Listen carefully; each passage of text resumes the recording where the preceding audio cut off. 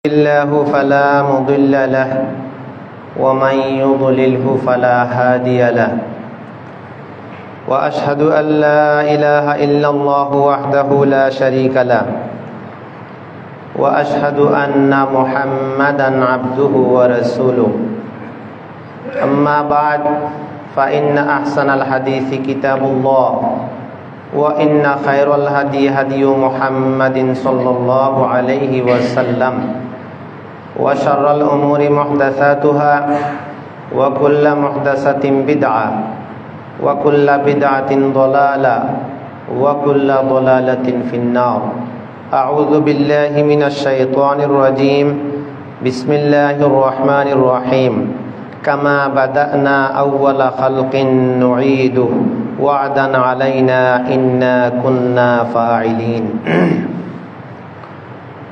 সম্মানিত মুসল্লিয়ানে কেরাম, মা ও বোনেরা,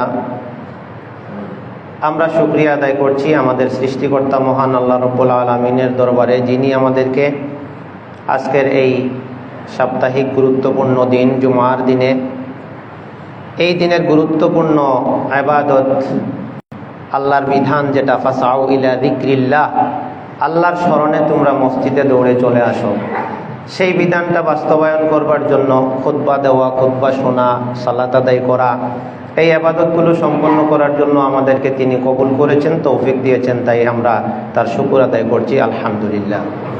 দুরূদ ও সালাম বর্ষিত হোক নবী মুহাম্মদুর রাসূলুল্লাহ সাল্লাল্লাহু আলাইহি সাল্লামের প্রতি, সকল নবী সাহাবা সকলের প্রতি। আল্লাহুম্মা সাল্লি ওয়া সাল্লিম আলা নবিনা মুহাম্মাদিন ওয়া আলা আলিহি ওয়া সাহবিহি আজমাইন। আমরা রমজান মাস পার করেছি, রমজান সংক্রান্ত খুতবা আলোচনা শুনেছি। রমজান পরবর্তী আজকে দ্বিতীয় জুমা। তো আজকে একটা বিষয় নিয়ে খুতবায় আলোচনা করার জন্য নির্বাচন করলাম, ওটাও একটা আরবি প্রবন্ধ থেকে অনুবাদ করে শোনাবো ইনশাল্লাহ। যে জিনিসটা আমাদের প্রত্যেকের সামনে থাকা দরকার, ওই জিনিসটাকে আমরা পিছনে রেখেছি, যার কারণে আমাদের এই জ্ঞান শিক্ষা, আমাদের প্রতিষ্ঠান, আমাদের দাওয়াত, আমাদের প্রচেষ্টা, আমাদের মসজিদ, আমাদের মাদ্রাসা, আমাদের জলসা, আমাদের ওয়াজ মাহফিল, কোনো কিছুই যেন আমাদেরকে সঠিক রাস্তায় নিয়ে আসতে পারতেছে না, এবং কোনো কিছুই যেন আমাদেরকে ভালো একটা ফলাফল দিচ্ছে না। রমজান মাস গেল, মানুষ ভালোই মসজিদে ঢুকলো, ইবাদত বন্দেগী করলো। রমজান বিদায় হলো, মানুষও মসজিদ থেকে হারিয়ে গেল। আগে মানুষ তারাবি পড়েছে, এখন এশা ছেড়ে দিয়েছে। আগে মানুষ সাহারি খেয়েছে রাত্রে 2:30, 3টা, 4টা বাজে উঠে, এখন ফজরের জামাত ছেড়ে দিয়েছে। যে মসজিদ 3 তলা 4 তলা ভরে গেছে ফজরে, সেই মসজিদে এখন নিচতলা ভরা দূরের কথা, 2 কাতার হওয়াটাও কষ্ট হয়ে যায়। 1 কাতার হয়, 1.5 কাতার হয়। এই যে জিনিসগুলা, এটার জন্য দায়ী কে? আমি আজকে এই বিষয়টা নিয়ে খুতবা দিতে চাই। আর যদি বলেন এত কথা বুঝি না, এক কথায় বলেন শিরোনামটা কি হবে, তাহলে এর উত্তর হলো কাইফা ইউহশারুন নাসু ইয়াউমাল কিয়ামা। আমি এটা একটা প্রবন্ধ আরবি পড়ে আপনাদের অনুবাদ করতে চাই।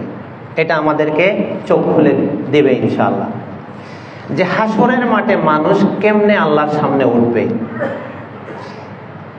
একটা মজার ব্যাপার হলো, এটা আমি আগেও বলেছি, আবার স্মরণ করায় দিচ্ছি। কোরআন মজিদে পারা কয়টা? 30টা। সূরা কয়টা? 114টা। আয়াত বলা হয়ে থাকে 6666। এটা সহজ সংখ্যা, এই জন্য বলা হয়ে থাকে বা প্রচার পেয়ে গেছে। আসলে আয়াত সংখ্যা হচ্ছে 6336 না 600, হ্যাঁ 2636, 236। আচ্ছা, ওই সংখ্যাটা মনে রাখার জন্য সংক্ষেপে ওইভাবে বলে দেওয়া হয়েছে আর কি। যাই হোক, এখন একটা জিনিস হলো, একটু ঠান্ডা মাথায় বোঝার চেষ্টা করি। আলোচনা তো অনেক থাকে, খুতবায় তো আর অনেক কথা বলা যায় না। একটু মৌলিক সামান্য কথা যদি বুঝতে পারি, সেটা আমাদের কাজে লাগবে। পুরা কোরআন এখানে অনেকে আছেন, আমরা তিলাওয়াত করেছি, অর্থসহ পড়েছি। আমি এসেই দেখলাম প্রায় 11টার পরে এক ভাই কোরআন সামনে নিয়ে পড়তেছেন। তা আলহামদুলিল্লাহ, আমাদের মধ্যে এই জজবাটা আছে, আল্লাহর কোরআনের সাথে আমাদের সম্পর্কও আছে। প্রথম থেকে শেষ পর্যন্ত যখন আমরা কোরআনের দিকে চোখ বুলাই, তখন একটা জিনিস আমাদের নজর কাড়বে, যারা একটু হলেও কোরআন অর্থসহ পড়েছেন। সেটা কি? আমরা যে বিধিবিধানগুলো পালন করি, যেমন ইবাদত করি, সালাত আদায় করি, সিয়াম রাখি, হজ করি, যাকাত দেই, দান সাদাকা করি, এই ধরনের যে ইবাদতগুলো আছে, এইগুলার কথা কোরআনে আছে, ঠিক কিনা? আছে কিনা? আছে। কিন্তু এই কথাগুলোর চেয়ে অন্য কথা বেশি। সেইটা কি? আমি এই কথাগুলি অনেক সময় সুযোগ পাইলে স্মরণ করাই দেই। সাইফুল ভাই একটু পিছনে যান, এই যে আপনিও পিছনে যান, চেহারা না দেখলে মজা নেই, কথা পেয়ে যান, পিছনে যান। খতিব খুতবার সুন্নত কি জানেন? আপনি খতিবের মুখোমুখি হবেন, এখানে কিবলা জরুরি না। এই জন্য ঘুরে বসলেও সমস্যা নেই, কাতার ভাঙ্গে বসলেও সমস্যা নেই। কাতার হইল সালাতের জন্য, আর কিবলাও সালাতের জন্য। হ্যাঁ, তো আমি হয়তো বলেছিলাম বা আপনারা জানেন, আহকাম বা বিধিবিধান। আহকাম অর্থ কি? বিধিবিধান। তো কোরআনের যে আয়াতগুলো আমাদেরকে শরীয়তের বিধান সাব্যস্ত করে, সেই আয়াতগুলোকে বলা হয় আয়াতুল আহকাম। বলেন, কি বলা হয়? আয়াতুল আহকাম, বিধান সংক্রান্ত আয়াত। এই আয়াতগুলোকে একত্রিত করে মুফাসসির ইমাম জাসসাস তিনি একটা তাফসির রচনা করে ফেলেছেন, যে আহকামুল আয়াতের একটা তাফসিরই তিনি রচনা করে ফেলেছেন শুধু বিধানের আয়াতগুলো দিয়া। তো আমি ওটা বলতে চাচ্ছি না। মজার ব্যাপার হলো, এই এতগুলি আয়াতের মধ্যে, ৬০০০+ আয়াতের মধ্যে এই আহকামের আয়াত কতটা? এখানে কেউ বলেন তো দেখি, বলেন। ওখানে ৫০০-র কথা বলা আছে, মানে ১০০০-এর নিচে ৫০০, একটু প্লাস মাইনাস। তাইলে আমি যদি ১০০০ এদিকে ছেড়েও দেই, তাইলে আমার ৬০০০-এর উপরে আয়াত আছে। তাইলে ২, ৩, ৪, ৫, ৬, এই ৫০০০টা আয়াত আমাদের সামনে কি দেয়? এই জিনিসটা সূক্ষ্মভাবে আমরা না বোঝার কারণে আমরা কি করি? ওয়াজের মঞ্চে উঠে, খুতবার মঞ্চে উঠে, সম্মানিত মুসল্লিনে কেরাম, আল্লাহ বলছেন নামাজ পড়তে, সবাই নামাজ পড়েন, নামাজ না পড়লে জাহান্নাম হবে, ওটা হবে, ওটা হবে, যাকাত দিবেন, যাকাত না দিলে ওটা হবে, ওটা হবে, ফাটাই লাইতেছি। মানুষ তো শুনে না, মানুষ তো বেনামাজিই থেকে যাচ্ছে। যে যাকাত দেয় না সে ওইভাবেই থেকে যাচ্ছে, যে মিথ্যা বলে সে মিথ্যার মধ্যেই থেকে যাচ্ছে, যে চোর চুরির মধ্যেই থেকে যাচ্ছে, যে বাটপারি করে বাটপারির মধ্যেই থেকে যাচ্ছে। মানুষ আসতেছে যাচ্ছে, পথ পরিবর্তন হচ্ছে, একই মেম্বর খতিব পরিবর্তন হচ্ছে, একই রাষ্ট্রের চেয়ার প্রধানমন্ত্রীর পদে বিভিন্ন লোক আসতেছে, বিভিন্ন পদে লোক পরিবর্তন হচ্ছে। অবস্থা তো যা আছে তাই, যা আছে তাই।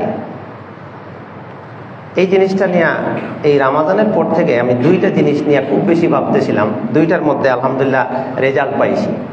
একটা হইলো নামাজে মনোযোগ বসে না কেন, এটা নিয়ে আগের থেকে ভাবতেছি। এই রামাজানে আরেকটু বেশি ভাবছিলাম, তো কিছু জিনিস পাইছি, এটাতে কার্যকর মোটামুটি কাজ করে ভালো। আর এই জিনিসটা নিয়ে ভাবতেছিলাম যে এই যে রামাজান গেল, এত বয়ান হইলো, এত কোরআন পড়লো, মানুষ এত আমল করলো, কিন্তু এরপরে আবার যেই সেই, এটার জন্য দায়ী কে? তো এটার জন্য দায়ী হচ্ছে আমরা যে জিনিসটাকে সামনে রাখার কথা সেই জিনিসটাকে পিছনে রেখেছি, আর যে জিনিসটাকে পিছনে রাখার কথা সেই জিনিসটাকে আমরা সামনে এনেছি। এইবার বলবেন যে একটু বুঝাইয়া বলেন, এই কথায় বুঝে আসবে না, আমিও জানি বুঝে আসবে না। এই কথাটা কি? আল্লাহ রাব্বুল আলামিন আমাদেরকে একটু স্টেপ বাই স্টেপ বর্তমান সময়ে দুনিয়াতে রেখেছেন। আগে আমরা রূহ জগতে ছিলাম, পরে মায়ের পেটে, এখন দুনিয়াতে, আবার যাব কবরে, তারপরে হাসর, তারপরে জান্নাত অথবা জাহান্নাম। এই সিরিয়ালটা মুখস্থ আছে তো, এটা আমি বারবার শোনাই দেই, এটা মুখস্থ করাই লাগবে। আমরা এর মধ্যে ইচ্ছায় অনিচ্ছায় ঢুকে গেছি, এর বাইরে আমাদের যাওয়ার কি নাই, কোনো সুযোগ নাই। এখন দুইটা জগৎ বাদ দেন, রূহ জগৎ আর মায়ের পেটের জগৎ, জানি না কিছু, জানি না তাই বাদ দিলাম। দুনিয়াতে আছি, দুনিয়া নিয়ে ভাবি, এরপরে মরবো, কবরে যাব, হাসর হবে, ওটা তো পরে আসতেছে, আচ্ছা যাব। এখন হলো দুইটা দিন একটু মিলাই আমরা, এটা খুব সূক্ষ্ম একটা ব্যাপার। এই ব্যাপারে বয়ান হয়তো খুব কমই শুনি আমরা, হয়তো বিক্ষিপ্তভাবে শুনি। আমি আজকে এইটা মিলাইলাম এখানে আয়াত আর হাদিস দিয়া, যে দুইটা দিন রে আমরা একটু একসাথ করি, দেখবেন দুইটা দিন এটা একটা মিল আছে, আর সব গোলমাল লাগতেছে গিয়া মাঝখানে। আমরা যেদিন দুনিয়ার থেকে মায়ের পেট থেকে আসলাম, সিজারে হোক আর নর্মালে হোক, আগে তো এমনিই আল্লাহ দুনিয়াতে মানুষ দিছে, অনেক মানুষ আসছে। যখন এই সিস্টেম ছিল না তখনও মানুষ আসছে। এখন যুগ পরিবর্তন হয়েছে, অভ্যাস পরিবর্তন হয়েছে, খাদ্য পরিবর্তন হয়েছে, আপনার মেডিকেল সায়েন্স উন্নত হয়েছে। এখন বেশিরভাগ ক্ষেত্রেই বা শহুরে জীবন যাদের, তাদের অপারেশন করে সন্তান প্রসব করতে হয়, অধিকাংশ ক্ষেত্রে এমনটাই হচ্ছে। এটা যেটাই হোক, আমি ওটা বিষয় না, বিষয় হলো আমি যেদিন আসলাম, যেভাবেই আসলাম, ওই দিনের আমার অবস্থাটা কেমন ছিল যদি একটু বলি। আপনারা সবাই আমরা জানি এটা, যদিও ওই দিনের কথা আমাদের কারো মনে নাই, কিন্তু আমাদের সন্তানের জন্ম দেখছি না, অথবা আমার বলবেন যে আমি বিয়েই করি নাই, আমার সন্তান নাই, তো এটা কেমনে? তাইলে আমার কোনো চাচা বাইস্তা আত্মীয় স্বজন বা প্রতিবেশীর কারো ঘরে বা কোনো হাসপাতালে নবজাতকের ডেলিভারি হয়েছে, শিশু বাচ্চা আমরা দেখি না? যদি কেউ না দেখে থাকি, আজকেই আপনার ডেলিভারি থিয়েটারে চলে যাবেন, দেখবেন যে ওখানে মিনিটে মিনিটে সন্তান, ঘন্টায় ঘন্টায় সন্তান প্রসব হচ্ছে, মায়েরা আসতেছে, সন্তান প্রসব হচ্ছে। একটা নতুন শিশু যেদিন আসলো দুনিয়াতে, তার নামও ঠিক হয়নি। তার নাম আমরা পরে রাখি না, সপ্তম দিনে রাখি। যদি তার নামও রাখলাম, তার নামের সাথে কোনো বিশেষণ নাই। যে জিনিসগুলো নিয়ে আমরা দ্বন্দ্ব, তার নামের সাথে কোনো দলের পরিচয় নাই, তার নামের সাথে কোনো মাযহাবের পরিচয় নাই, তার নামের সাথে কোনো তরিকার পরিচয় নাই, তার শরীরে কোনো কাপড় নাই, সে আসছে উলঙ্গ অবস্থায়, ঠিক আছে না? উলঙ্গ অবস্থায়। তার নামে কোনো ডকুমেন্টারি দলিল নাই, তার নামে কোনো জমি নাই, তার নামে কোনো গাড়ি নাই, তার নামে কোনো বাড়ি নাই। এরপর বাচ্চাটা আস্তে আস্তে বাপমার লালন পালনে থাইকা বড় হলো। বাপমা সর্বোচ্চ চেষ্টা দিয়ে তাকে বড় করলেন। বড় করার পরে সে লেখাপড়া করলো, আস্তে আস্তে জ্ঞান বুদ্ধি হলো। এইবার তার নতুন জীবন শুরু হলো। সে অর্থ কামায়, পোশাক আশাক পরা শুরু হইল, তার নামে অনেক কিছু হতে হয়তো বা হচ্ছে, বাড়ি হচ্ছে, জমি হচ্ছে, অনেক কিছু হচ্ছে। এইভাবে আমরা আমকে তুমকে একটা সময় পার করে দিলাম। এরপর এটা কি হলো? একটা দিন তো আমাদের আবার লাশ হতে হচ্ছে, তাই না? একদিন আমরা ওইভাবে কি মৃত্যুকুলের ঢলে পড়তেছি। মৃত্যুর পর কি হলো? এবার দেখবেন ওই জন্মের দিনে আর মৃত্যুর দিনে একটা মিল আছে। কথা বোঝা যাচ্ছে? এটা খুবই দরকারি জিনিসটা বোঝা। এই মৃত্যুর দিন আর জন্মের দিনের মধ্যে একটা মিল আছে। কেমনে? মৃত্যু বরণ করার সাথে সাথে আমি আর আব্দুর রহমান নাই, আমি হয়ে গেছি লাশ, আমার নাম লোপ পাই গেছে। ওই জন্মের দিন যেমন নামের পরিচয় ছিল না, ওই দিন যত বড় ব্যক্তি হোক বলতেছে লাশটা আনো, গোসল দিয়া দিই, বলে না? লাশটা নিয়ে গেছে গাড়ি দিয়া, আর নাম ধরে ডাকে না। মৃত্যুবরণ করার সাথে সাথে তার নামে যত ডকুমেন্টারি দলিল কাগজপত্র ছিল, জমি জমা বাড়ি গাড়ি, সব তার মালিকানা হারায় ফেলছে। হারায়নি, সব কার কাছে চলে গেছে?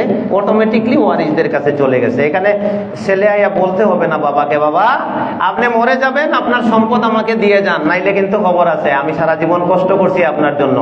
কোনো বলারই দরকার নাই। বাবা বিদেশে চলে আসে, দেশে মনে করেন যে বাবা দেশে মারা গেছে, ছেলে বিদেশ, বাবার সম্পদ অটোমেটিক ছেলের কাছে চলে গেছে। ঠিক আছে? তাইলে এই যে দুই দিনের মধ্যে তেমন কোনো বেশ কম নাই। আবার আমাদের কাপড় চোপড় খুলে কি করা হচ্ছে? সাদা কাপড় দিয়ে আমাদেরকে কবরে রাখা হচ্ছে। এরপরে কিছুদিন কবরে থাকার পরে, আল্লাহ যতদিন চাইবেন, কিয়ামতের আগ পর্যন্ত কবরে থাকার পরে কি হবে? এবার উঠতে হবে। এই বিশ্বাস যার নাই, তার ঈমান নাই। এটা ঈমানের 6টা রুকন। কয়টা রুকন? এটা আমরা জানি। তো এটা যে জানে না তার ঈমান হয় না। তো ঈমানের 6টা রুকনের মধ্যে একটা হচ্ছে ওয়াল ইয়াউমিল আখিরি। আর আমরা পড়ছিলাম যে আমানতু বিল্লাহি ওয়া মালাইকাতিহি ওয়া কুতুবিহি ওয়া রুসুলিহি ওয়াল ইয়াউমিল আখিরি ওয়াল কাদরি খাইরিহি ওয়া শাররিহি মিনাল্লাহি তাআলা। শেষে বলছে ওয়াল বাসি বাদাল মউত। ওই ওয়াল বাসি বাদাল মউত যেটা, ওয়াল ইয়াউমিল আখিরিও সেটা পরকালে বিশ্বাস। এই যে জিনিসটা আমরা যদি এই জিনিসটাকে সামনে রাখতাম যে আমাকে যে উঠতেই হবে আল্লাহর সামনে, এই দিন আমার অবস্থা কি হবে, কোন অবস্থায় আমি আমার রবের সামনে যাব, এই পরিণাম যে মানুষ দুনিয়াতে থাকতে হিসাব মিলায়, এই মানুষটা হচ্ছে বুদ্ধিমান, এই মানুষটা হচ্ছে সচেতন। আর ওই দিনের হিসাব যে মিলায় না, এই মানুষটা আসলে বোকা। এইবার একটু দেখেন সূরা ইব্রাহিম 2 নম্বর আয়াত। সূরা ইব্রাহিমে আছে আল্লাহ রাব্বুল আলামিন সূরা আম্বিয়া বলছেন, কামা বাদানা আউওয়ালা খালকিন নুঈদু, ও দুনিয়ার মানুষ শুনো, আমি যেভাবে নিঃস্ব অবস্থায় তোমাকে সৃষ্টি করেছিলাম, সেই নিঃস্ব অবস্থায় আবার আমি তোমাকে ফিরিয়ে আনবো। সুবহানাল্লাহ। কামা বাদানা আউওয়ালা খালকিন নুঈদু। এরপরে আল্লাহ বলছেন, ওয়াদান আলাইনা ইন্না কুন্না ফাইলিন, এটা আমার ওয়াদা, এটা অবশ্যই আমি পালন করব। ওই মায়ের গোট থেকে যেভাবে নিঃস্ব অবস্থায় তোমার জন্ম হয়েছিল, যা কিছু তুমি দুনিয়াতে করো না কেন, হাসরের মাঠে আবার এই নিঃস্ব অবস্থায় আমি তোমাকে ফিরিয়ে আনবই। ওই দিনের অবস্থাও আমাদের জন্মের দিনের সাথে মিলে। একটা হাদিসে আছে, ইউহশারুন নাস, মানুষের হাসর হবে হুফাতান ঔরাতান গুরলান, 3টা শব্দ, হুফাতান ঔরাতান গুরলান। পায়ে জুতা থাকবে না, শরীরে পোশাক থাকবে না, খতনা করা থাকবে না। মিলছে নি জন্মের দিনের লগে? সুবহানাল্লাহ, মিলছে নি? হাসরের দিন উঠলাম, শরীরে পোশাক নাই। মায়ের গর্ভ থেকে আসলাম, ওই দিনও শরীরে পোশাক নাই। মায়ের গর্ভ থেকে আসলাম খতনাবিহীন, হাসরের দিন উঠলামও খতনাবিহীন। মায়ের গর্ভ থেকে আসলাম, পায়ে জুতা নাই, ওই দিনও পায়ে জুতা নাই। এরপরে প্রথমে কাকে পোশাক পরানো হবে জানি কেউ আমরা? আউয়ালু মান ইউকসা ইয়াউমাল কিয়ামাতে ইব্রাহিম আলাইহিস সালাম। প্রথম পোশাক পরানো হবে কাকে? ইব্রাহিম আলাইহিস সালামকে। আচ্ছা, এর কারণটা কি খুঁজছিলাম আমি, আজকে 3টা কারণ পাইলাম। এর কারণ মুহাদ্দিসিনরা বলছেন যে ইব্রাহিম আলাইহিস সালামকে যেদিন অগ্নিকুণ্ডে নিক্ষেপ করা হয়, সেই দিন তার কাপড় খুলে ফেলা হয়েছিল। তিনি নিজেকে অপমান বোধ করছিলেন। এই জিনিসটার প্রতিদান দেওয়ার জন্য, সম্মান দেওয়ার জন্য আল্লাহ হাসরের মাঠে সর্বপ্রথম তাকে কাপড় পরাবেন। সুবহানাল্লাহ। এরপরের কথা হলো, এবার আমরা একটা একটা করে সামনে আসি।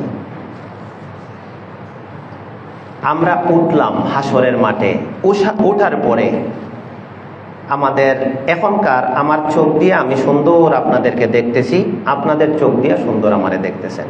চোখ স্বাভাবিক আছে, আমার ব্রেন স্বাভাবিক আছে, যার কারণে আমি এখানে আয়াত তিলাওয়াত করতে পারতেছি, অনুবাদ করে আপনাদের বুঝাতে পারতেছি। আপনাদের ব্রেনও স্বাভাবিক আছে, কথা বুঝতেছেন। যেদিন আমরা উঠবো, ওই দিন আমাদের এই অঙ্গগুলোর স্বাভাবিকতা হারাবে। কি বললাম কোন তো? হাসরের মাঠে যেদিন আমরা কবর থেকে উঠব, সেই দিন আমাদের শরীরের অঙ্গের স্বাভাবিকতা কি হবে? হারাবে। এই আসমান জমিনের স্বাভাবিকতা হারবে, পাহাড়ের স্বাভাবিকতা হারবে। এগুলো বলতে গেলে অনেক আয়াত। পাহাড় তুলতুলুর ন্যায় উঠতে থাকবে, আসমান সুরুজ আপনার উলট পালট হয়ে যাবে, জমিনের টিলাটালা সব এগুলা একাকার হয়ে সমতল ভূমি হয়ে যাবে, আসমান আরেক আসমানে পরিণত হয়ে যাবে, সূর্য মাথার উপরে চলে যাবে, এবং তাদের যে এখন যে একটা স্থিরতা, একটা নির্দিষ্ট কক্ষপথে ঘোরা, ওই রাস্তাটা ওই দিন নষ্ট হয়ে যাবে, উলট পালট হয়ে যাবে, এবং বিক্ষিপ্ত একটা অবস্থা দেখা দিবে। মানুষ কবর থেকে উঠে বলবে, আইনাল মাফার, যাবো কোথায়, যাবো কোথায়? চেহারার অবস্থা হবে কি? ওয়ানাতিল উজুহু লিল হাইয়িল কাইয়ুম, চিরঞ্জীব সর্বনিয়ন্তা আল্লাহর সামনে চেহারাগুলি অবনত থাকবে। সাহস করে বুক ফুলিয়ে, আজকে কত কিছু করে মানুষ, কিন্তু ওই দিন বুক ফুলিয়ে তাকানোর মতো সাহস থাকবে না। ওয়াকাদ খাবা মান হামালা যুলমা, আর যে জুলুম নিয়ে আল্লাহর সামনে গেছে তার তো 12টা বেজেই গেছে, বিপদে সে পড়ে গেছে। আল আবসার, চক্ষুর অবস্থা কি? খুশআন আবসারুহুম ইয়াখরুজুনা মিনাল আজদাসি কাআন্নাহুম জারাদুম মুনতাশির। পোকামাকড়, লাইট, অন্ধকারে লাইট জ্বালানো থাকলে যেমন পোকামাকড় খালি কিলমিল কিলমিল করতে থাকে চতুর্দিকে, ঠিক এইভাবে কবর থেকে মানুষ কিলমিল করতে থাকবে আর উঠতে থাকবে, আর তাদের চক্ষু হবে ভীত বিহবল, চোখে দেখতে পাবে না, মানে কেমন জানি একটা অস্থির অবস্থা, ঝাপসা ঝাপসা, কি দেখতেছে না দেখতেছে একটা অস্থির অবস্থা। এটা হলো চোখের অবস্থা। তারপরে মানুষ আল্লাহর কাছে স্বাভাবিকভাবে হেঁটে যেতে পারবে না। সূরার নাম জাসিয়া, সূরা জাসিয়ার 28 নম্বর আয়াত। ওয়া তারা কুল্লা উম্মাতিন জাসিয়া, তুমি প্রত্যেক উম্মতকে দেখবে জাসিয়া অবস্থায়। জাসিয়া মানে কি? এই পায়ের উপরে হাঁটু দিয়ে হামাগুড়ি দিয়ে দিয়ে সামনের দিকে যায়, এই অটোশটো হয়ে থাকে, এটা বলা হয় জাসিয়া। কুল্লু উম্মাতিন তুদা ইলা কিতাবিহা, প্রত্যেক উম্মতকে তার আমলনামার দিকে ডাকা হবে এবং বলা হবে আল ইয়াউমা তুজজাউনা মা কুনতুম তা'মালুন, আজকে তুমি যা কিছু করেছো সবকিছুর পরিণাম তোমাকে পেয়ে যেতে হবে। ইন্না লিল্লাহি ওয়া ইন্না ইলাইহি রাজিউন। আর কি হবে? লা ইয়াখফা শাইউন মিন উমুরিহিম, আজকে কত কিছু আমরা লুকাচ্ছি, ঠিক আছে নি? কত কিছু আমরা আড়ালে করে যাচ্ছি। বদনাম হবে দেখে মানুষকে বলি না, শাস্তি হবে দেখে কারো কাছে প্রকাশ করি না। আর আল্লাহ রাব্বুল আলামিন বলছেন সূরা হাক্কা 18 আয়াত, ইয়াউমা ইযিন তুরাদুন, ও দুনিয়ার মানুষ, আল্লাহর বান্দাবান্দি, আমার বান্দাবান্দিরা শোনো, সবাই আমার সামনে এসে হাজির হবে। ইয়াউমা ইযিন তুরাদুন লা তাখফা মিনকুম খাফিয়া, একটা মানুষ, একটা জিনিস কোনো কিছুই গোপন করতে পারবে না, রাখতে পারবে না, সেও গোপন থাকবে না।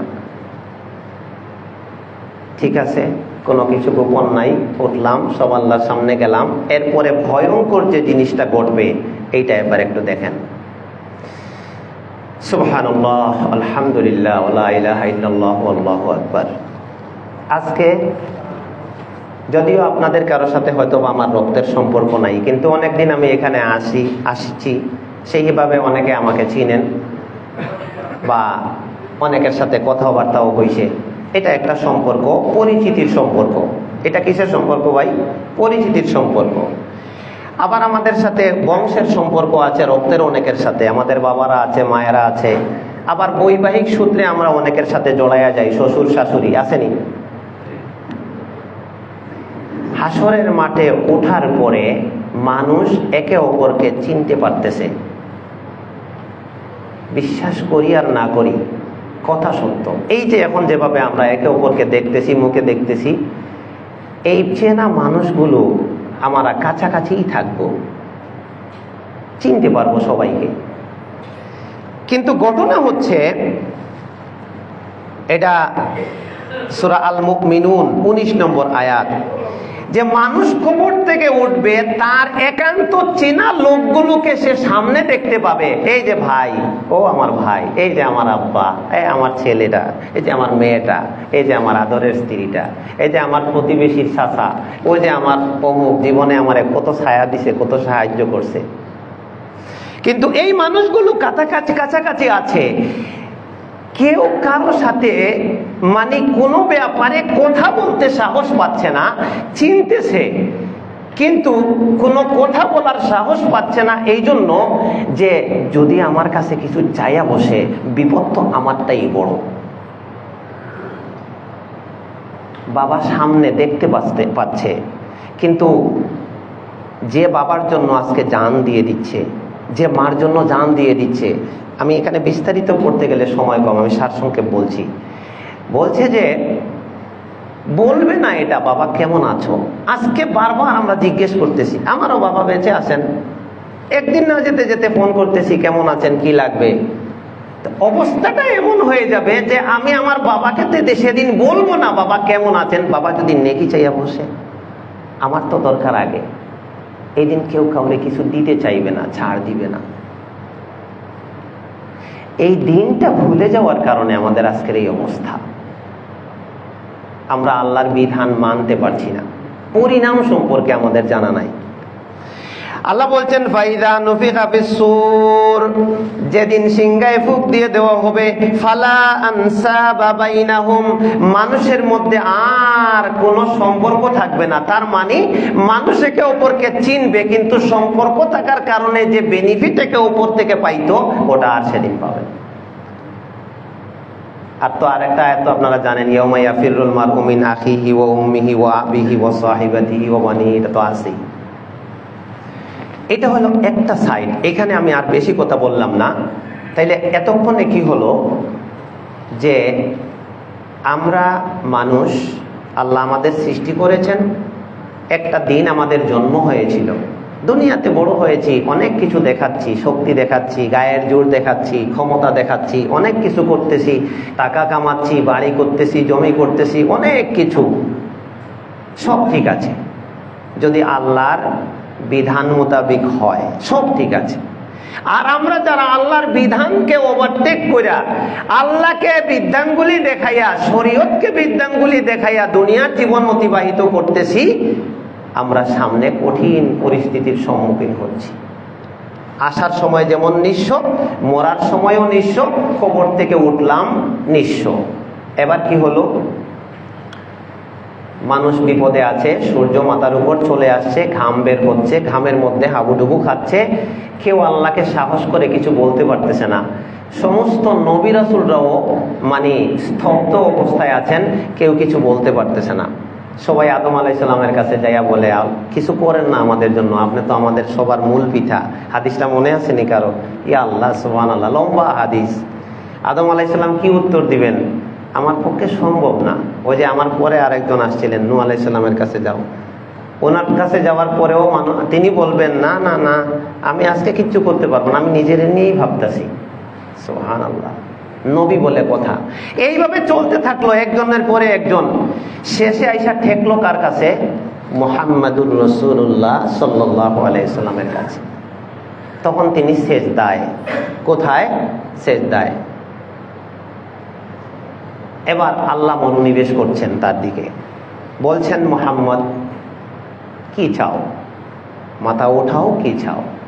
বলে, রব্বুল আলামিন, এই যে হাসরের মাঠে মানুষের কষ্ট আর কত, কোনো একটা ফয়সালা করেন, বিচারের ব্যবস্থা করেন। এইবার আস্তে আস্তে বিচার কায়েম হবে।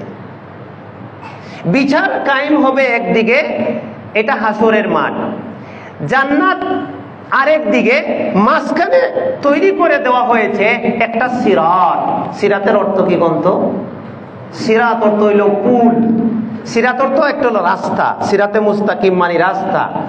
আর আখেরাতের সিরাত মানে হচ্ছে পুল, যেটাকে আমরা বলি ব্রিজ। তবে এই ব্রিজ তো 10 ফুট চওড়া না, এটা তো সুতার চেয়েও চিকন, এটা তো ধারালো। আর আপনি ব্রিজ থেকে পড়ে গেলে যদি পানিতে পড়েন জীবন বাঁচবে, কিন্তু ওই ব্রিজের নিচে কি? আগুন, জাহান্নাম, আর আংটা দিয়ে আটকায় ফেলার জন্য ব্যবস্থা রাখা আছে। এইটা আপনাকে আমাকে পার হতেই হবে। ওয়া মিনকুম ইল্লা ওয়ারিদুহা কানা আলা রাব্বিকা হাতমান মাকদিয়া। একটা বান্দা নাই, একটা বান্দি নাই যে এই পুল সিরাত পার তাকে হতে হবে না, ওইটা হতেই হবে। যদি হতে পারে পার, তাহলে জান্নাত, আর পার হইতে পারছে না তো নিচে আগুনে পড়ে গেছে। আমিও ভাই, আমিও। এরপরে মিজান আসলো, এই যে আমলনামা লেখা হচ্ছে এটা ছেড়ে দেওয়া হবে। মানুষ খুঁজতে থাকবে, মানুষকে খুঁজবে আমলনামা, আপনাকে আমাকে খোঁজা লাগবে না। আমলনামা কাকে খুঁজবে? মানুষকে খুঁজবে। তো আমার নাম ঠিকানা অনুযায়ী আমার আমলনামা হচ্ছে, ওটা ছেড়ে দেওয়া হবে। ওটা আমাকে খুঁজবে, খুঁজে সামনে চলে আসবে। তো আমলনামাই বুঝে ফেলবে যে আমার মধ্যে কি আছে, তার মধ্যে একটা অনুভূতি চলে আসবে। সুবহানাল্লাহ। এখন সে অটোমেটিকলি, তার মধ্যে যদি ভালো কিছু থাকে, সে ডান হাতে আইসা ধরা দিবে। কোন হাতে ধরা দিবে? ডান হাতে ধরা দিবে। ওয়া আম্মা মান উতিয়া কিতাবাহু বিয়ামিনিহি,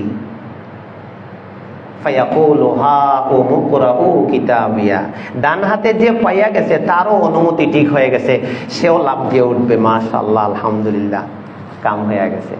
এবার মানুষের তার আত্মীয় স্বজনরে ডাক দিবে, এই যে দেখো ভালো রেজাল্ট আসছে, হা উমুকরাউ কিতাবিয়া। এটা কেন এই সৌভাগ্য?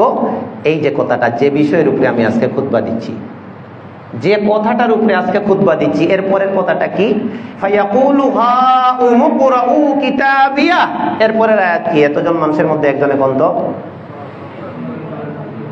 ইন্নী যানানতু আন্নী মুলাকিন হিসাবিয়া। সুবহানাল্লাহ সুবহানাল্লাহ। আমি বোঝাতে পারবো না, কারণ এইগুলো আয়াতের গভীরতা অনেক বেশি, আমার ওই যোগ্যতা নাই। সে ডান হাতে আমলনামা পাইয়া সে বলবে, আমার আমলনামা তোমরা পড়ে দেখো, আমার রেজাল্ট বাড়া, ফাহুয়া ফি ঈশাতির রাদিয়া, তারে আল্লাহ সুখময় জীবন দিবেন, জান্নাত দিবেন, ফি ঈশাতির রাদিয়া। এর কারণটা কি? সে নিজে বলে দিচ্ছে, ইন্নী যানানতু আন্নী মুলাকিন হিসাবিয়া। এই আয়াতটা আজকে বুঝে বাড়ি যাবেন, এত কথা মনে থাকবে না, এটা আমিও জানি, আপনারাও জানেন। ইন্নী অর্থ কি কন্ত? নিশ্চয় আমি। ইন্না হরফে মুসাব্বা বিল ফাইল, অবশ্যই অর্থ দেয়।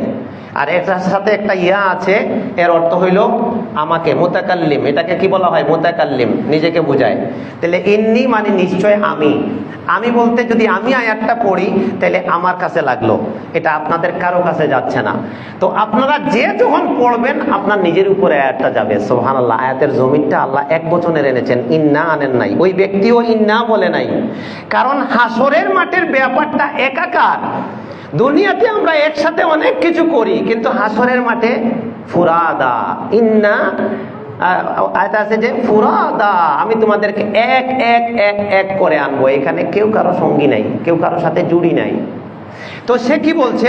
আমি বলছি এই আয়াত না বুঝে আজকে খুতবায় বাড়ি যাওয়া যাবে না। ইন্নী মানে কি? নিশ্চয় আমি।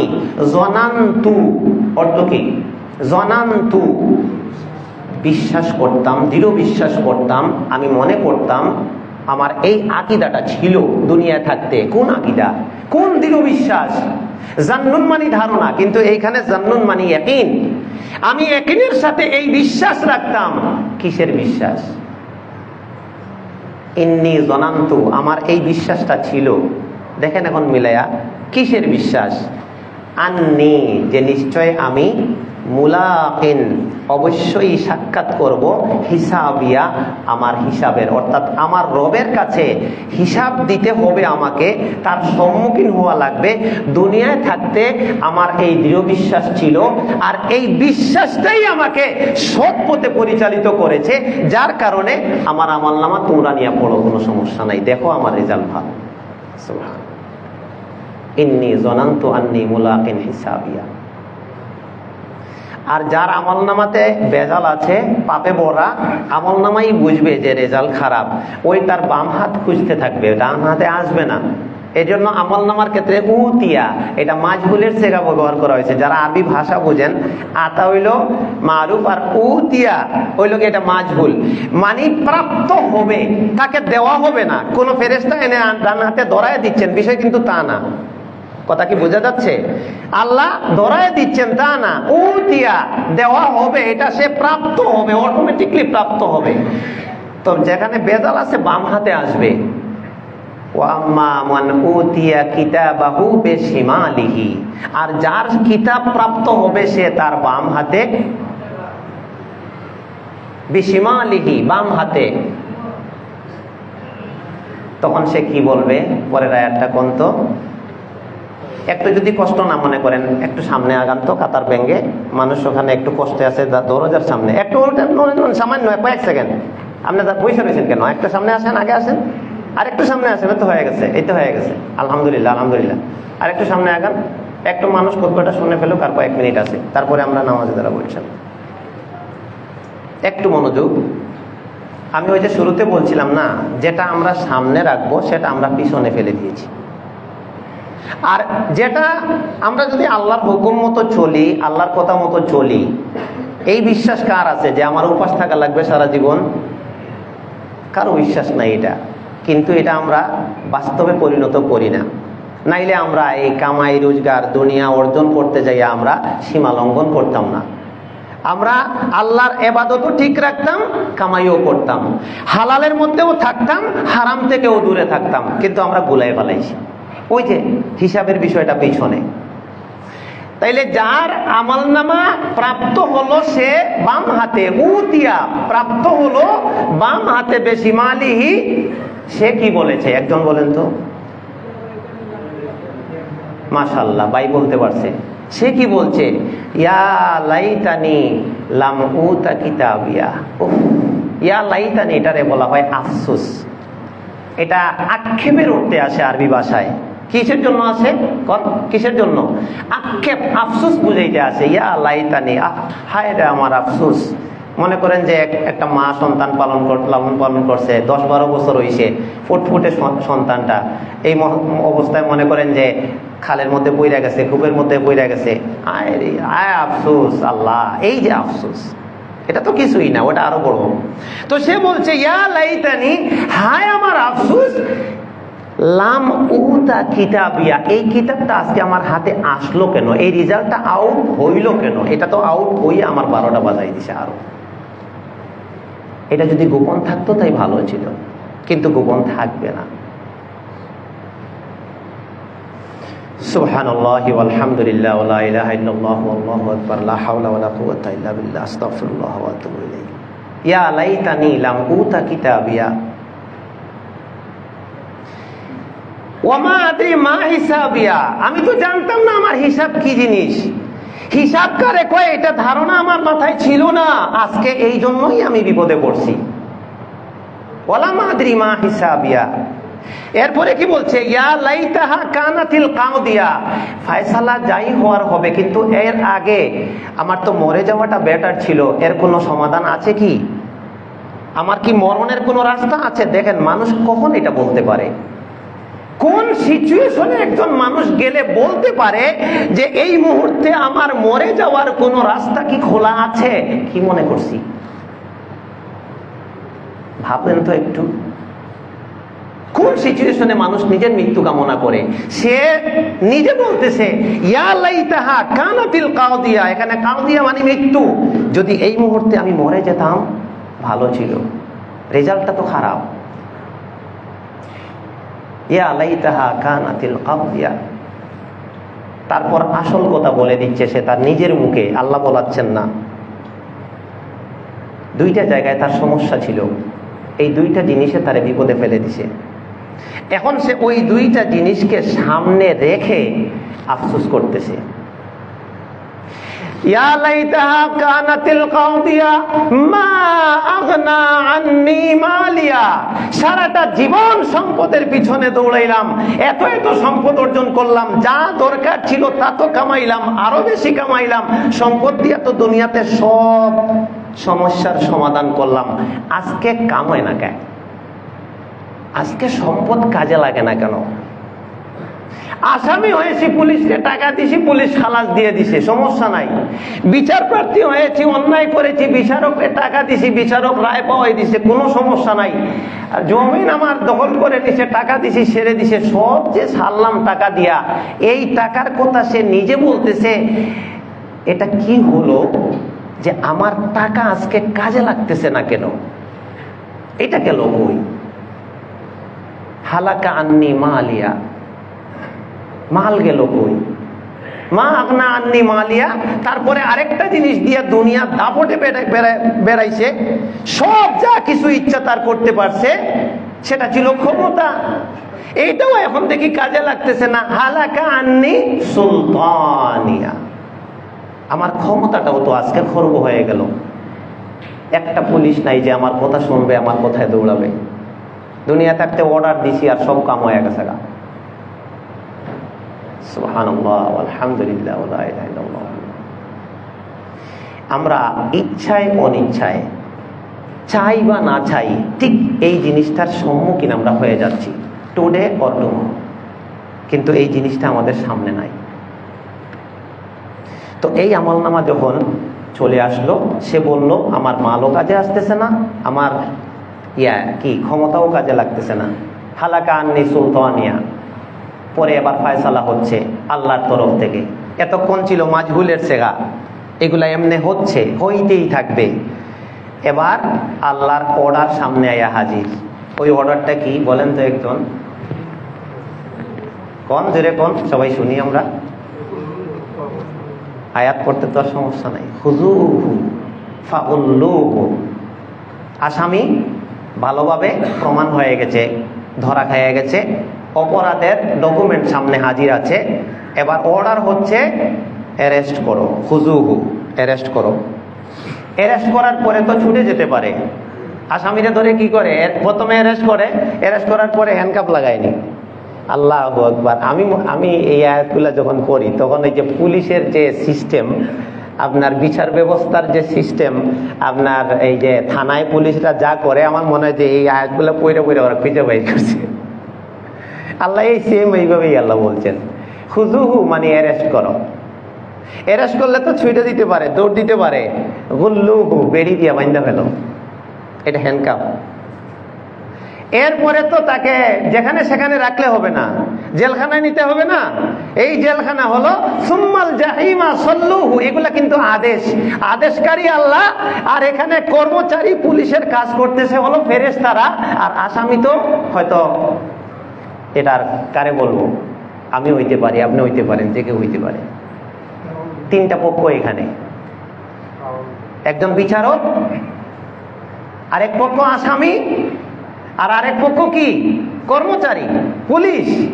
তো বিচারক আল্লাহ, আলাইসাল্লাহু বিআহকামিল হাকিমিন, তিনি অর্ডার দিচ্ছেন, আর ফেরেশতারা কর্মচারী হিসেবে কাজ করতেছে আর বলতেছেন যে সুম্মাল জাহিমা সল্লুহু, এবার জেলখানায়, কারাগারে নিয়ে পাঠাও। কারাগার আর পরকালের কারাগার কি?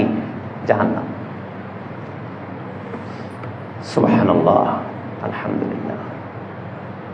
সম্মানিত দিনী ভাই বোন, আমি এই কথাগুলো আজকে কেন বললাম, আর এই কথাগুলো যে আমি নতুন বলছি তা না। আমি বিশেষ করে গত রমজানের পর থেকে আমার মাথার মধ্যে একটা জিনিস ঘুরপাক খাচ্ছে, যে আসলে আমরা যে কোরআন হাদিস জানি না একেবারে তা না। নামাজ পড়া ফরজ জানে না কে? রোজা রাখা ফরজ জানে না কে? মিথ্যা বলা হারাম জানে না কে? নিষেধ জানে না কে? পরের সম্পদ খাওয়া যাবে না, নিষেধ জানে না কে? মানুষের অন্যায়ভাবে কাউকে সম্মান হনন করা নিষেধ জানে না কে? আমরা তো কেউ জায়গা থেকে নই না।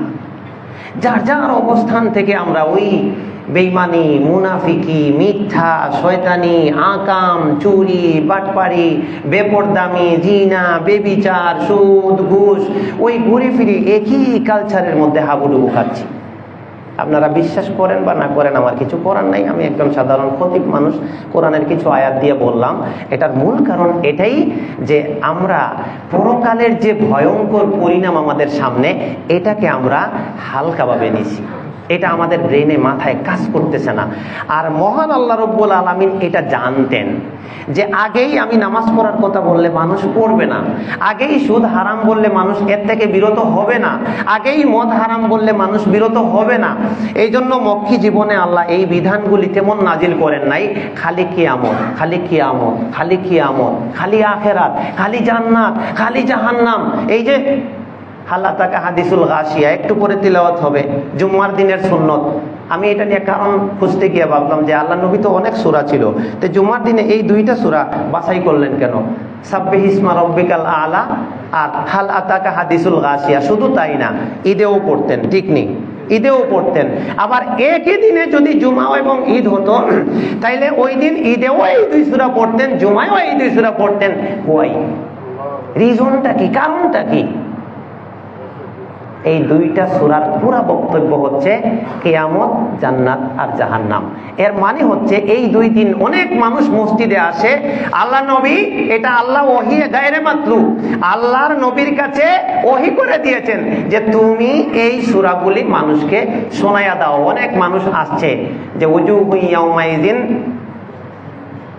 ইয়াউমাইযিন খাশিআ আমিলাতুন নাসিবা তাসলা নারান হামিয়া। অনেক চেহারা বিতবি হবল থাকবে, ভালো কাজ করেও জাহান্নামে চলে যাবে। যারা আবিউ মাফসুসা, জান্নাতের কথা আসছে, আবার জাহান্নামের কথা আসছে। এই কথাগুলি আল্লাহ বারবার নাজিল করেছেন। দুনিয়ার মানুষ, তোমরা ভালো হবা না এমনি এমনি আমি জানি, তোমরা একটা জিনিস মাথায় ঢুকাও যে তোমরা আমার সামনে আসতেই হবে, বিচারের মুখোমুখি হতেই হবে। রেজাল্ট খারাপ হলে তোমার ভয়াবহ পরিণাম হবে, আর তুমি নিস্তার পাবা না। আগে মাথায় এটা জায়গা দাও, এছাড়া সম্ভব না। এইসব খুতবা, এইসব ওয়াজ আসলে এটা ঠিক আছে, এটা একটা সুন্নাহ নিয়ম, আমরা পালন করতে বাধ্য। কেউ না কেউ খুতবা দিবে, কিন্তু এই খুতবা কাজে লাগবে কয়জনের, বিষয়টা এটা ভাববার বিষয় হলো এটা। যদি এই খুতবা শোনার পরে এখানে অন্তত যারা শুনছি, আমি অনলাইনের কথা বাদই দিলাম, এখন তো মিডিয়ার যুগ হওয়ার কারণে লাখ লাখ মানুষ, কোটি মানুষ, হয়তো কেউ জাপান থেকে এই খুতবা শুনতেছে, লন্ডন থেকে, চীন থেকে শুনতেছে, মিডিয়ার মাধ্যমে তো বুঝতে সমস্যা নাই। কিন্তু আমরা যারা মসজিদে আছি, এই কথা শোনার পর আমার সামনের জীবন, আমি সব সময় জান্নাত জাহান্নামকে সামনে রেখে চলবো, অন্যায় করব না, নেক আমল ছাড়বো না, এই সিদ্ধান্ত নিয়ে বের হতে পারবো কয়জন? এইটা প্রশ্ন। এই সিদ্ধান্ত কয়জনে নিতে পারবো? চূড়ান্ত সিদ্ধান্ত। আর না, যা হইছে হইছে, পাপের কাছে যাবো না। পাপ তো সব ছাড়তে হয় নাকি? নেক আমল ইস্তেতাআত, সামর্থ্য অনুযায়ী করতে হয়, আর পাপ সব ছাড়তে হয়। সুবহানাল্লাহ, আলহামদুলিল্লাহ, লা ইলাহা ইল্লাল্লাহ। এবার সূরা আর রহমানে একটা আয়াত আছে, ইউরাফুল মুজরিমুনা বিসীমাহুম ফায়ুখাযু বিন নাওয়াসি ওয়াল আকদাম। আয়াতটা পড়ছি নি আমরা? আল্লাহ বলছেন, এখানে একটা জিনিস মজার ব্যাপার, আমরা যা করতেছি তা ডকুমেন্টারি হচ্ছে, এই বিশ্বাস আমাদের আছে তো? এই ডকুমেন্টারি কয়ভাবে হচ্ছে কেউ বলতে পারবো আমরা? একভাবে না একাধিকভাবে? বলেন তো, প্রথম উত্তর দেন। আমি যা করতেছি ভালো মন্দ, এটা একভাবে ডকুমেন্টারি হচ্ছে না একাধিকভাবে? একাধিকভাবে। একটা ডকুমেন্টের কথা আমরা একটু আগে শুনলাম যে আমলনামা লেখা হচ্ছে, ফেরেশতা নিযুক্ত আছে, সব লিখতেছে, খাতা জমা হচ্ছে, বিশাল খাতা, লা ইউগাদিরু সাগীরাতান ওয়ালা কাবীরাতান, ছোট বড় কিচ্ছু বাদ নাই। মানুষ অবাক হয়ে যাবে যে আমি যেটারে হিসাবেই রাখিনি সেটাও এখানে আছে, ব্যাপারটা কি? এই কিতাবের কি হইল? এই কিতাবের কি হইল এটা বলতেছে, কে লেখাইলো এটা মাথায় নাই। এই কিতাবের কি হইছে? আমরা অনেক সময় ধরেন এই মোবাইলটা কাজ করতেছে না, হ্যাং হয়ে যাচ্ছে, তখন কই দূর এই মোবাইলের কি হইলো, কই না তো মোবাইলের কি হইলো, মোবাইল তো নষ্ট হইলে ওকে উত্তর দিতে পারবে, কিন্তু ওরে জিজ্ঞেস করার মানে কি? প্রশ্নটা তো মোবাইল দিয়ে করছে, এই মোবাইলের কি হইলো, মোবাইল কোনো উত্তর দিতে পারবো? তো ও বলতেছে এই কিতাবের কি হইলো, মালে হাজাল কিতাব, এই কিতাবের কি হইলো? কিতাব তো উত্তর দিতে পারবে না, কিন্তু খুবই কিতাবকে প্রশ্ন করতেছে। আমরা যখন মোবাইল নষ্ট হয়ে গেলে খুব যখন জাগে, দূর মোবাইলের কি হয়েছে, কিতাবরে প্রশ্ন করে। কিতাব প্রশ্ন তো করবো আল্লাহ রে, আল্লাহ তুমি কেমন নিপুণ সত্তা যে আমার সারা জীবনের সব রেকর্ড তুমি তুইলা ধরলা লিখিত আকারে, আমি তো কল্পনাও করতে পারিনি। কিন্তু সে প্রশ্নটা করতেছে কিতাবরে, মালে হাজাল কিতাব।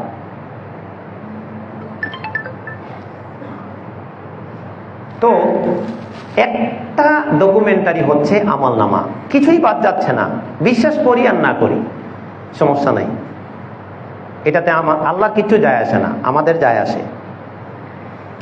আরেকটা ডকুমেন্টারি হচ্ছে এই পৃথিবীর জমিন, এই জায়গায় মসজিদ হয়ে গেছে, যতদিন এই মসজিদ থাকবে, যত মানুষ যত ওক্তে এখানে নামাজ পড়তেছে, সালাত আদায় করছে, খুতবা শুনছে, এই মিম্বরে যত মানুষ দাঁড়াচ্ছে, এগুলা সব ভিডিও হয়ে যাচ্ছে। এটার প্রমাণ আছে ইযা জুলজিলাতির মধ্যে।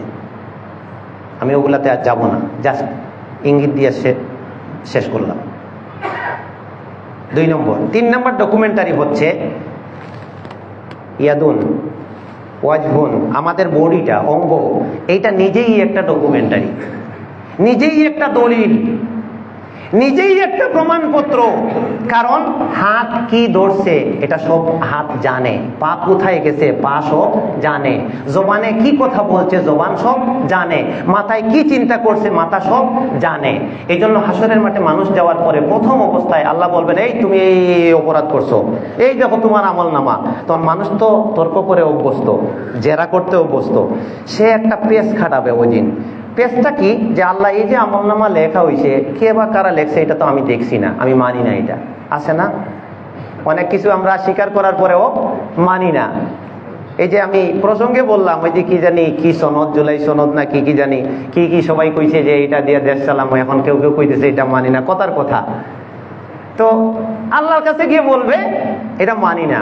এখন আল্লাহ এবার পরবর্তী স্টেপ অবলম্বন করবেন, তখন বলবেন ও মুখ দিয়ে যারা করতেছ, আলিয়াউমা নাখতিমু আলা আফওয়াহিহিম,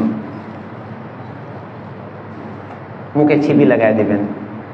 এবার আল্লাহ বলবেন হাত পা সাক্ষ্য দাও, ওয়া তাশহাদু আরজুলুহুম বিমা কানু ইয়াকসিবুন ওয়া তুকাল্লিমুনা আইদিহিম, হাতকে বলবেন কথা বলতে। এটা আবার সূরা আলিফ লাম সিজদার মধ্যে এত সুন্দরভাবে বলা আছে। তো তখন আবার সে অবাক হয়ে যাবে। কি হয়ে যাবে?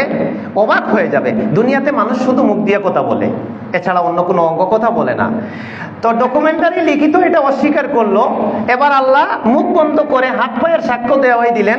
তখন দেখতেছে যে আল্লাহ এটা তো আমার নিজের লোকে সারাদিন যেটা ছিল সেটাই তো আমার বিপক্ষে গেল। আর আল্লাহ হাত পাও আমার চামড়া, দেখি এটারে তো আমি সারা জীবন এইটারে সুস্থ রাখবার লেগেই তো লাখ লাখ টাকা খরচ করলাম, কত জম ব্যায়াম করলাম, কত ভালো ভালো দামি দামি জিনিস খাইলাম, হ্যাঁ কত পুষ্টিকর জিনিস খাইলাম, এখন থেকে এটাই আমার বিপক্ষে চলে গেল। তখন মজার ব্যাপার কি জানেন, এই মানুষটাই আবার তার অঙ্গরে এইভাবে প্রশ্ন করবে সুবহানাল্লাহ। আসলে এইগুলো পড়লে আরেকটা জগৎ, লিমা সাহিত্যম আলাইনা ওয়াকালু লিজুলুদিহিম, মানুষ তার চামড়াকে বলবে লিমা সাহিত্যম আলাইনা, তোরে তেল মাখাইলাম, পুষ্টিকর জিনিস খাওয়াইলাম, অসুখ হইলে ডাক্তারের কাছে গিয়ে ঔষধ খাইলাম, তোর জন্য ঘুমের ব্যবস্থা করলাম, আজকে তুই আমার বিপক্ষে গেলে কেন? এখানে তো আমারে ফাঁসাই দিলে আল্লাহর কাছে। কারণ আমারটা আমার অঙ্গরে আমি ডিনাই করি কেমনে? এটা তো আর ডিনাই করা যাচ্ছে না। তখন আবার উত্তরে অঙ্গই বলছে সুবহানাল্লাহ সুবহানাল্লাহ। কালু, এর ফাইল হলো অঙ্গ। এই অঙ্গগুলা বলে দিচ্ছে আনতাকানাল্লাহুল্লাযী আনতাকা কুল্লা শাই, যে আল্লাহ তোর মুখ দিয়ে কথা বলাইতে পারছেন, সব জিনিস কথা বলাইতে পারছেন, ওই আল্লাহ চামড়া দিয়া, হাত দিয়া, পাও দিয়েও কথা বলাই দিছেন।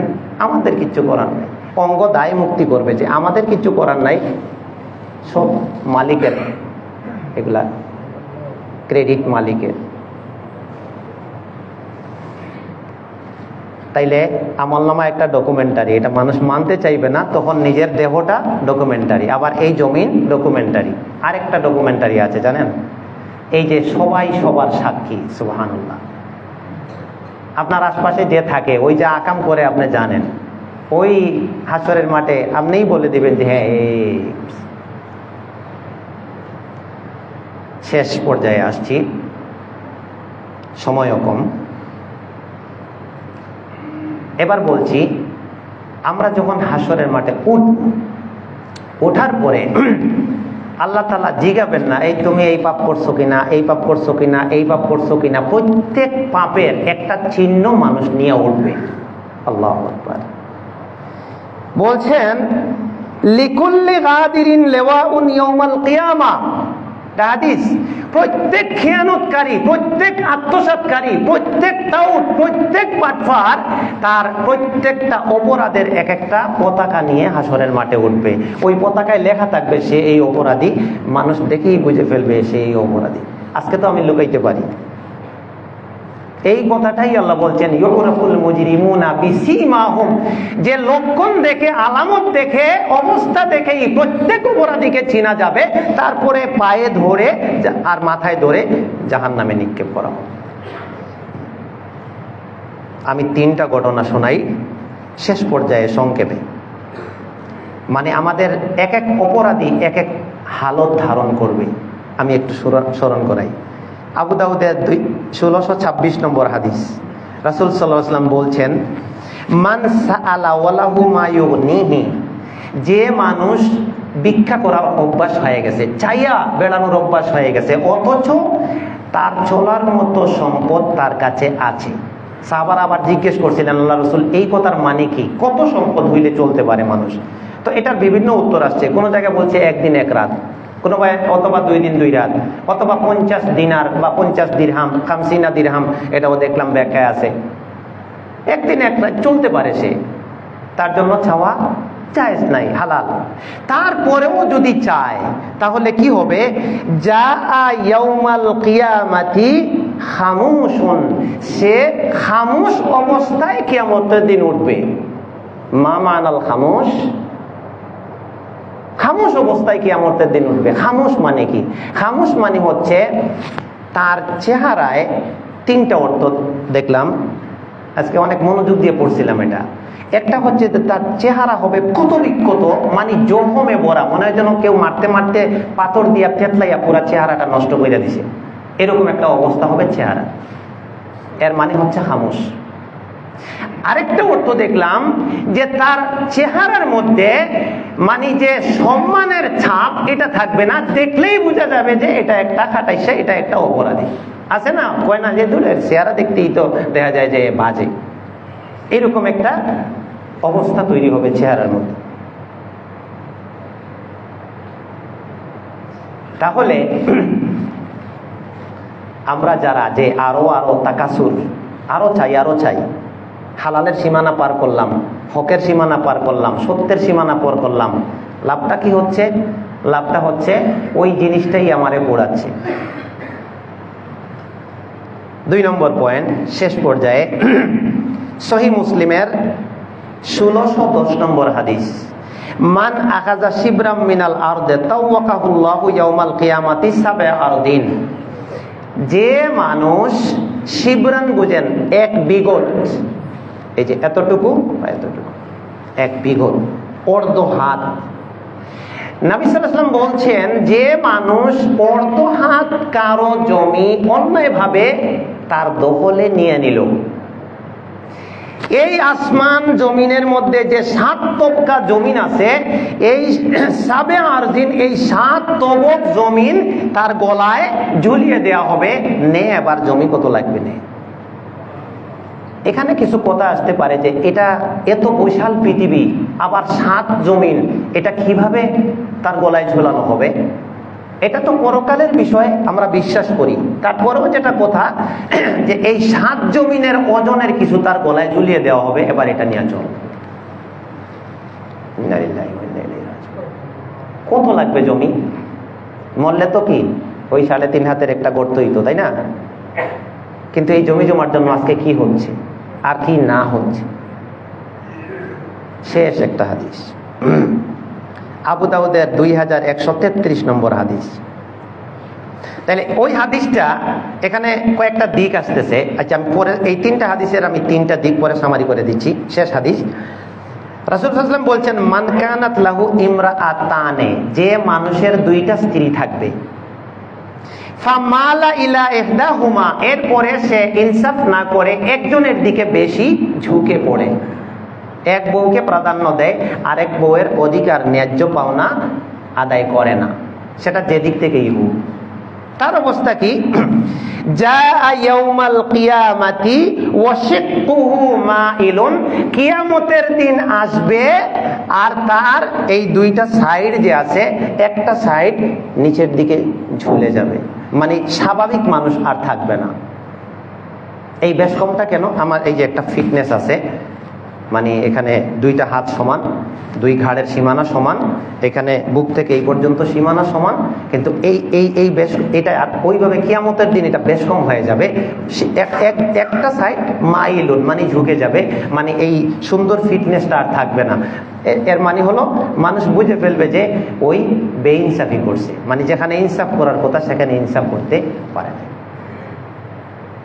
তাইলে এই স্ত্রীর হাদিস দিয়া যত জায়গায় আমাদের পরস্পরের লেনদেন, সেখানে আমরা যেখানে ইনসাফের বিপরীত করতেছি, আমার পার্টনারকে আমি ঠকাচ্ছি, আমার আরেক ভাইকে আমি ঠকাচ্ছি, আমার বোনকে আমি ঠকাচ্ছি, যত জায়গায় আমি মানে বেইনসাফির রাজত্ব কায়েম করছি, এই দিকেই সবাই যাচ্ছে। আর এক বিগত জমির হাদিস দ্বারা অন্যায়ভাবে মানুষের যত কিছু আমি আত্মসাৎ করতেছি, ওইটাই আমারে পোড়াবে। জাকাত দিলাম না, ওই মালটা কি হয়ে গেল? সাপ। পড়ছিনি হাদিস? হাদিস পড়ি নাই? সাপ হইয়া ওইটাই আবার আমারে কি করলো? ইয়াখুযু বিলিহদিমাতাইহি, এবং সে বলতেছে আনা মালুকা আনা কানজুকা, আমি তোমার মাল, আমি তোমারে সাপ হইয়া কামড়াচ্ছি।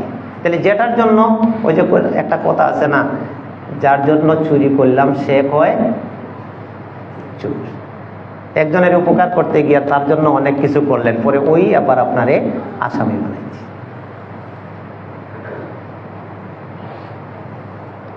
সুবহানাল্লাহ, আলহামদুলিল্লাহ, ওয়া লা ইলাহা ইল্লাল্লাহ। তো সময় যেহেতু শেষ, আর খুতবা না বলি, তো এতক্ষণে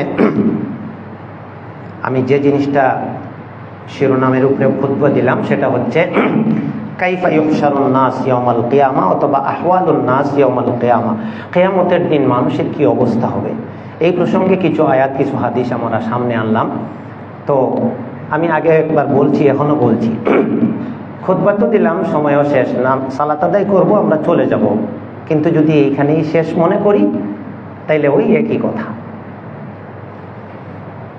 হাজারো খুতবায় আমাদের জীবনে, আমাদের সমাজে কোনো পরিবর্তন আসতেছে না।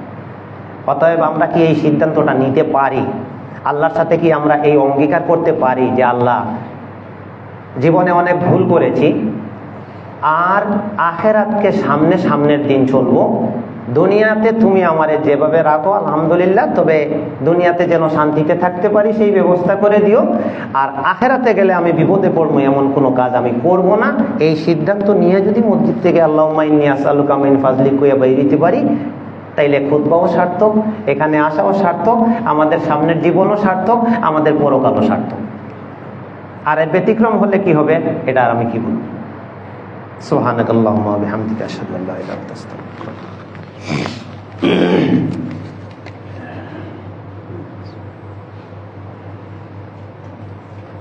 একজন মহিলা অলরেডি একটা দিবেন আর কি, ইনস্ট্যান্ট, সেই চাচ্ছে যে আরো আলহামদুলিল্লাহ, কাফা ওয়া সালামুন আলা ইবাদিহিল্লাযিনা ইসতাফা, আম্মা বা'দ, ফাআউযু